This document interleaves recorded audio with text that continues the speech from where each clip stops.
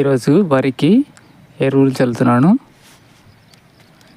ఈ కాంప్లెక్స్ వచ్చేసి 316 అనేటువంటి ఒక బ్యాగు, ఇంకా 2 యూరియా, ఇంకా ఇవి 6 ఫార్ములా అంటారు వీటిని. మెగ్నీషియం, జింకు, కాల్షియం, అట్లాంటి అన్ని రకాలుగా సూక్ష్మ పోషకాలు అనేటువంటి ఇందులో కలిసి ఉంటాయి అన్నమాట. ఇది ఒకటి 10 కిలోలు ఉంటుంది, 1 ఎకరానికి వస్తుంది ఈ బ్యాగు. అట్లాంటి 2 ఎకరాలకు 2. ఇంకా వీటితో పాటు ఈ పురుగుకు సంబంధించినటువంటి గోళీ అనమాట. ఇది కోలాంట్రో నీలిప్రోలాన్ అనేటువంటి కెమికల్ ఉంటుంది ఇందులో. ఇది కోరాజిన్ అనేటువంటి మందు ఫార్ములా ఇది.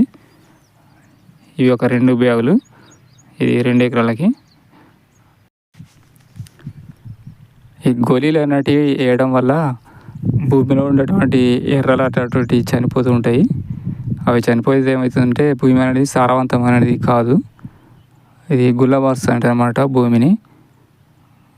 సేంద్రియ ఎరువుగా తయారు చేస్తూ ఉంటాయి ఎర్రలు, అవి చనిపోతాయి అన్నమాట ఇవి వేసినప్పుడు. ఇవి వేయకూడదు, కానీ నాటు చిన్నగా ఉండడం వల్ల మనం మందు స్ప్రే చేసినప్పుడు ఆ కర్రల మీద పడాలనే ఉద్దేశంతో ఇట్లా గోళీలు చల్లుతూ ఉంటారు అన్నమాట. ఈ గోళీలు చల్లినప్పుడు అది భూమిలోంచి తీసుకొని ఏరు ద్వారా మొక్కకు వచ్చి మొక్క అయినటువంటి పురుగును చంపేస్తుంది. ఆ మొయ్యి పురుగు అనేటువంటిది రాకుండా ఉంటాయి అన్నమాట. ఇక వరి పెద్దగా ఉన్నప్పుడు ఈ గోళీలు పనిచేయవు, మనం పైన కొట్టుకోవడం ఏం బాగుంటుంది. ఇట్లా ఇవి 3 రకాల మొత్తం కలిపి ఇట్లా మిక్సింగ్ చేసి చదువుతున్నాను. ఇది ఫస్ట్ నాటుకు 1 ఎకరానికి 1 చొప్పున డిఏపి వేసాను. ఇది 2వ సారి అన్నమాట. ఈ వర్షాలు చేయబట్టి లేట్ అయింది, 15 రోజులకే చల్లుకోవాలి, కానీ మాది ఇప్పుడు 20 రోజులైంది. ఇగో ఇది నాటు, దీనికి చల్లుతున్నాను.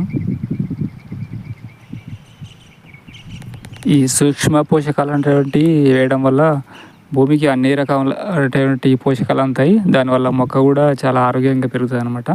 అందుకోసమని ఈ 6 ఫార్ములా బ్యాగులు వేస్తున్నాను.